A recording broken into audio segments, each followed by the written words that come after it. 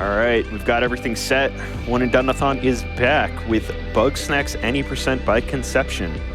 Go ahead and show us how it's done. All right. I think I will. I think I'll show you how it's done.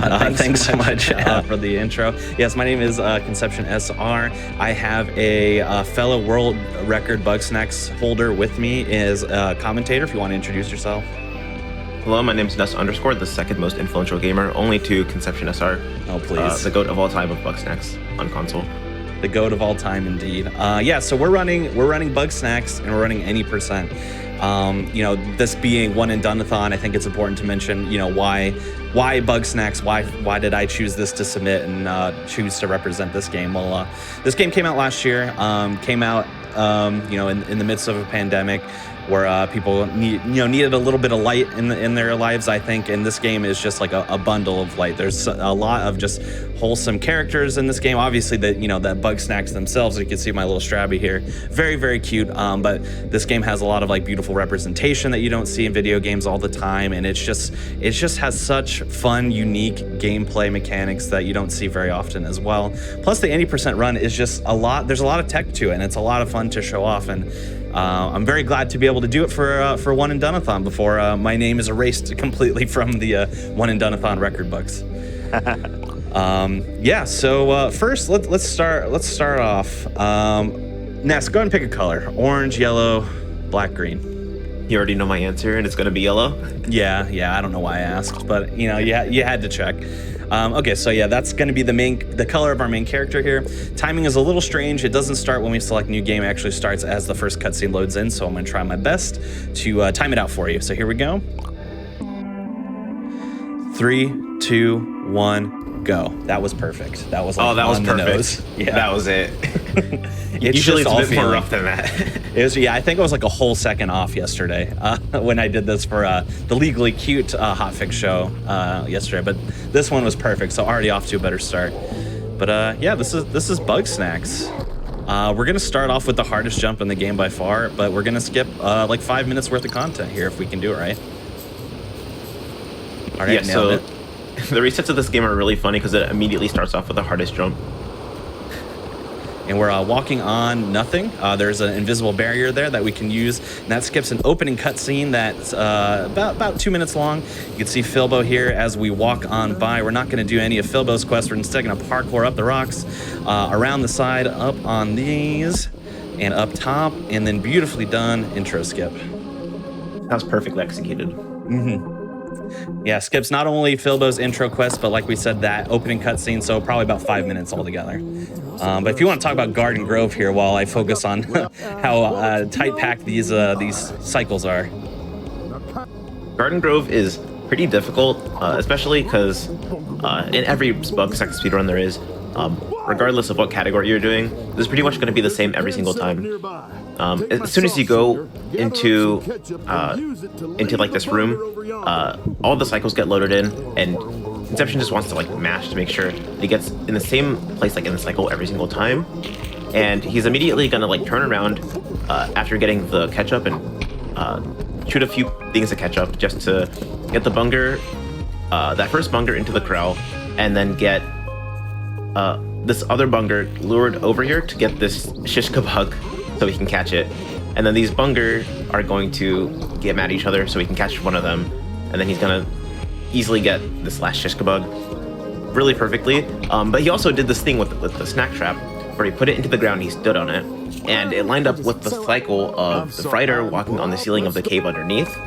So he peeked it through and actually caught it from the top side. And that was, again, perfectly executed. This guy is incredible at this video game.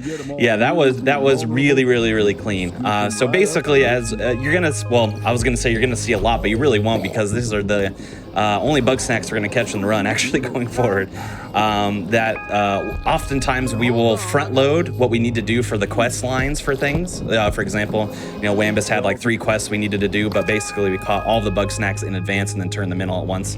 That's the general strategy that would go into this part. And then if we were doing like, say, a no major skips run, we do that a lot as well, just so we don't have to, you know, get a snack, turn it in, get a snack, turn it in, get a snack, turn it in. Way slower to do it that way. It's also a lot more difficult with categories that have a lot more catching because you only have 6 inventory slots. So it's a lot of management, but because we do so many skips in this game, it's not really going to be a problem. And he's just going to be mashing through an unskippable tutorial with the journal. Yeah, that is a main advantage of running PC versus console is that, you know, I'm running on PS5, as you can see here. I'm just straight mashing, just got to get through everything. But PC, you know, you have the opportunity to bind text mashing to your scroll wheel, which saves you a lot of wrist power, It's just all finger power instead. Yeah, exactly. But it is also a lot faster because as fast as I try to mash and things like that, I'm pretty sure a text scroll on the wheel is going to be a lot faster than what I'm able to do, probably. Also, hello, Bilbo. Hi, Bilbo. Just going to get in his face. Yeah, we're going to do a quick interview with Bilbo here. You are a journalist in this game, believe it or not. Yeah, the whole point in terms of story is that we're coming to explore Snaktooth Island, the Bugsnax, the people who live on it, and just kind of learn about their story. There's also a missing resident here that we're going to figure out. But yeah, play the game to learn a little bit more about the lore while I do this attempt to do this sequence break pretty fast. Yeah, so he jumps up on that like little donation station, I guess is a good word for it. That gets unlocked later in the game to get on top of a roof of a house. In a very weird angle just to get on top, and then he jumps over the river and then jumps on top of a rock to get to just skip the bridge that you would need to get into Sugar Pine Woods. And that skips casually about like 30% of the game, and then he's gonna do another skip here where in Sugar Pine Woods you see all these rocks, you know, there's like an avalanche or whatever. With a couple of well-timed and well-positioned jumps, you can just get completely over that and get into Frosted Peak very early, and that skips like another like 60% of the game. Yeah, so casually we're probably about like 85 to 90% through the game here, and we're gonna shave off another 5% or so by doing yet another sequence break here. Since we get into Frosted Peak early, which is basically the last biome that you can access, the game gives us all of our tools, so because it's confused, we should have the tools that we needed them to get here, so we should have them. We use all these tools in order to do one last sequence break, which is to clip right through that door. Basically, I launch myself up onto the lip of the door, and then I place a tripwire there without launching it. We just turn the suction cup of the tripwire a little bit inward towards the door, and if we nail it just so, we can actually use the collision from that suction cup to shove us through the door, and we get into the Undersnacks, which is basically well past the game's point of no return.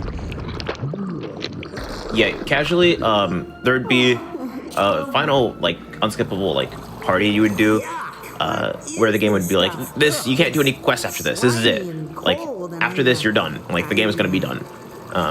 But this is kind of most of the way through that, so the game can't really warn us, because the game didn't expect us to clip through the door. Yeah, the game is awful confused right now. But what makes this interesting is that no matter what category you run, similar to when we were talking about Garden Grove earlier, this point forward is the same in every run. We have to mash through this stuff. It's basically a long interactive cutscene where we conduct one last interview here.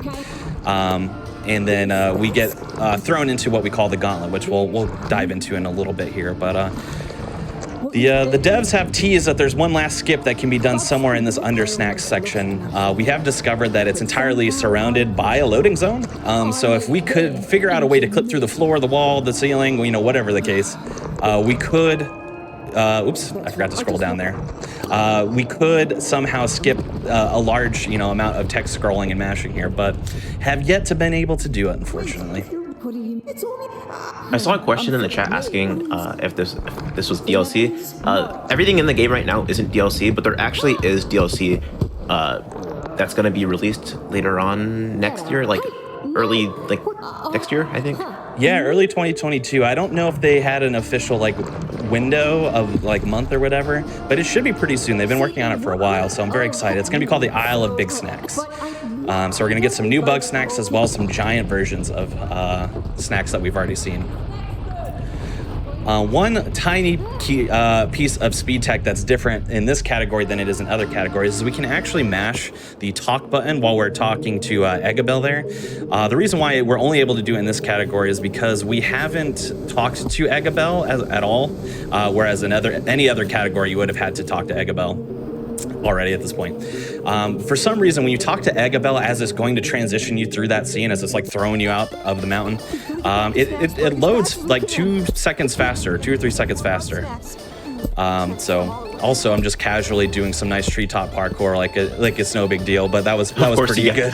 Yeah, that was pretty good. Yeah, we totally just like lost over that. Like you're supposed to like, if you're trying to do that, you have to get on top of like that little post and immediately just like jump off of it. And it's really hard to aim. Like earlier in the game, it's a lot easier to do because like you can line up with like the fence and then get on, and it's a lot easier. But that's just really hard. You're just aiming for like a post, and it's really hard to see. And it saves like a second or two. Yeah, a second or two. Yeah, the alternative is to fall down and then jump on the bridge and walk up. So it doesn't lose a lot of time if you miss it. But we are trying to play optimally. So. Yeah, now we're in the Gauntlet. If you want to talk a little bit about the Gauntlet while I get this rolling. Yeah, so the Gauntlet is just like the end of the game, like final boss, like the test. Basically, yeah, that was really weird. Basically, the way it works is the game just tests you on all of the different tools that you use throughout the game. So far, we've used one.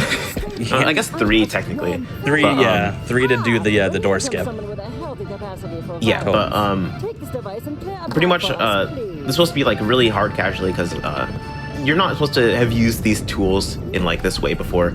And it's pretty challenging. At least for me, it was pretty challenging the first time I've had to do it. And we just kind of get through all of the different waves as fast as possible. With some intended means, some unintended means. So in the first one, we used this snack trap. It wasn't really that much. We just got all the strabbies. In this one, we used like the snack grappler, whatever it's called. That was it. And we kind of hit everything sideways, just to do everything in one like swoop. But at the end, what we did was those Picantuses that came. Conception got behind them and then hit them towards Shilda and Floofty. They were able to eat them to really just speed up that wave, like by like a few seconds. And like sometimes if you hit them in a weird way, they can get stuck behind a wall or stuck in a wall, and it just wastes like 15 seconds while you wait for them to despawn. Yeah, there's a lot. That is probably the most, beyond like the next section, which is called barrels, and that's more like skill intensive. That's the section of the Gauntlet that can cost you the most time because, like Ness said, Bugsnax can just get trapped behind walls where you can't access, so you have to wait for the game to automatically despawn them. But yeah, hitting them towards Shilda and Floofty, like Ness said, also makes it so Shilda and Floofty eat the snacks. The main reason why that's important is because the Picantus, when you hit it, it bursts into 3 smaller snacks. So if you were to do it as the game intended, you'd have to explode the Picantus, then destroy the 3 snacks that it breaks into. But they eat them instead, which is a lot faster than you shooting the snack grappler like 4 or 5 times. All right, and then here we are with barrels. One tiny thing to mention, he got stuck in a corner just so he was a lot closer to this trigger. It doesn't save very much time, but it's just something to do to speed up the run a very tiny bit. But the way barrels works is there's Sheepoofs and Grapescudos that come in waves of 3, except for the last one, they come in waves of 5. And he's trying to aim and time it basically perfectly so he can clear each wave with just 1 barrel. So everything moves along faster.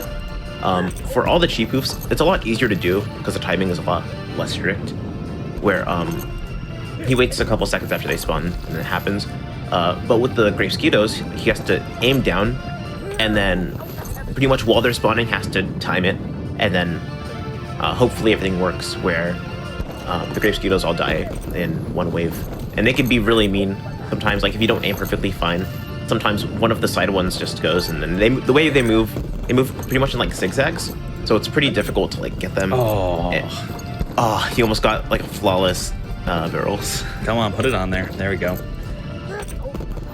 Oh man, this run was going really, really well. I wasn't like, I don't think I was in a shot of like world record or anything, but like I hadn't really messed up anything at all at that point until the barrels, which is wild. Still didn't lose us a ton of time. I think that lost me like 3 or 4 seconds at most, probably. Yeah, and for the rest of the gauntlet, there really isn't too much to mention. With the little strappy nibble, I love this little dude also. I just want to mention that I love this little guy.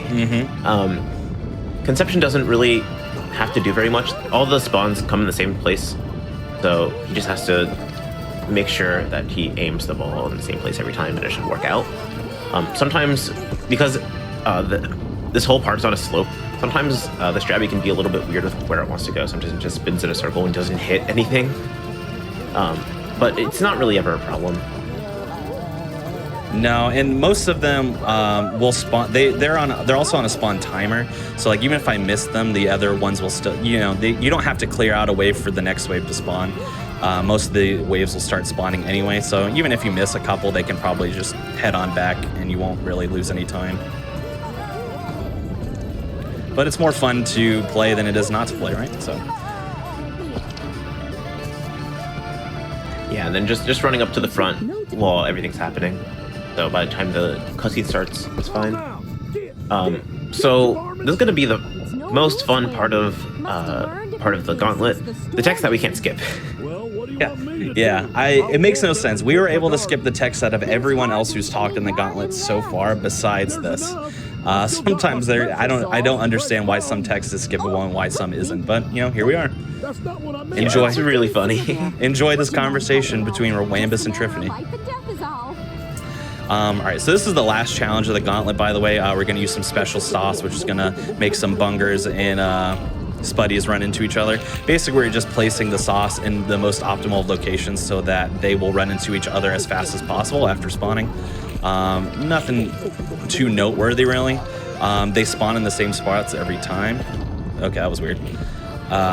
So I just will throw down sauce in these same spots so that it is that much easier. And hit Wambus for good measure. Yep, so this run is valid. Yep, this run is valid. Yeah, we talked about this last time, but there are basically two unofficial official things that most Bugsnax runners will do. One is to hit Wambus with some sauce right there. And the two is actually coming up towards the end of this run right away here.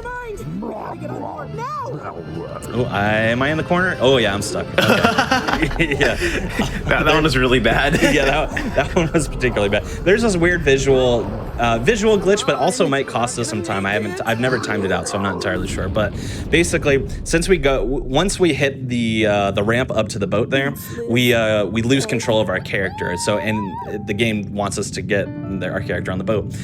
If you enter at a weird angle, sometimes instead of going straight onto the ramp to get on the boat, it'll just like keep walking, like shove you in the corner. So I was like just straight walking out of the corner until like the game like up warped me, it looked like just then. But I still had to like back up and then go up the ramp. You can't just up warp onto the boat, of course. Yeah, that's something I do every time, but not everyone does it every time because people like the maybe half second it saves to not do it. It might not even. I can't imagine. It seems like things are still operating in the background, so it's hard to say. Oh no, come on. There we go. All right, here's the second thing, which is we gotta throw a shell at Bilbo. Hey, buddy. All right. There we go. So okay, ridiculous. now this is an official world record. Yeah, no, it's not. But I mean, it's official. It's not a world record. But yeah, you gotta throw the shell at Bilbo. You just have to. You must. Time is coming up, by the way. We just got a little bit of mashing to do here. All right.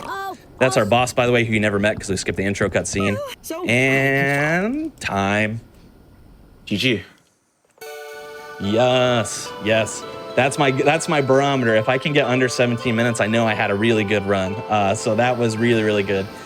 World record is 16:25 on the PS5, so I was pretty darn close. So awesome. Yeah, this is Bugsnax. Yeah, not too bad.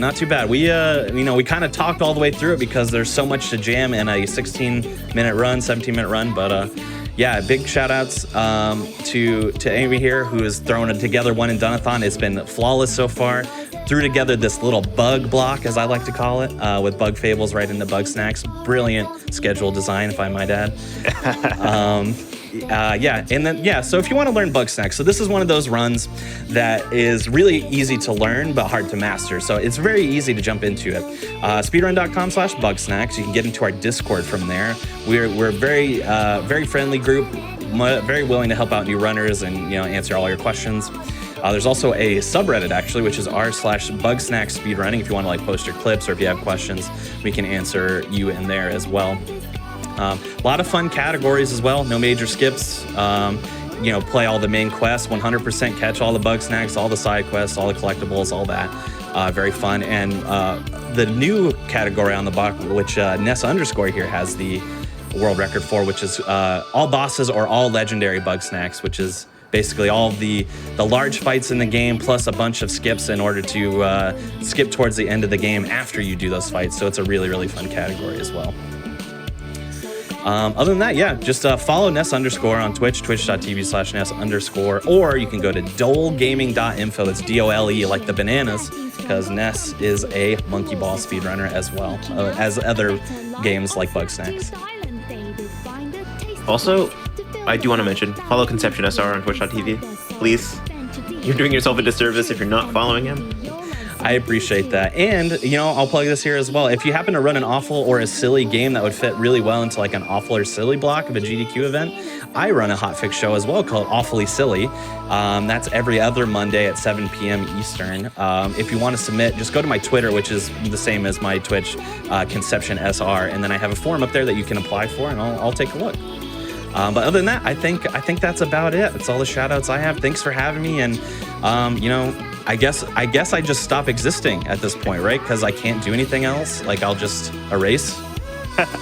Yeah, great run, excellent run. But as has become the custom in the last, I don't have a watch. That would have looked really cool if I had a watch. 4 hours on One-and-Done-a-thon. Goodbye forever, Conception. All right. I'm just disappearing. I guess I'll see you later. Bye. Yeah, like you said, check out Awfully Silly. It's another hotfix show similar to Aimbot, like the one I run. It's really cool. Definitely check it out. And yeah, so we've finished the mini bug block, and that's sort of transitioning into a more of a silly games, short indie games block. I didn't really have a defined schedule for that, but that sort of thing. Stick around. Cat in the Hat on the PS1 is up next. So take a quick break and grab back. Sent them away. It would be hard.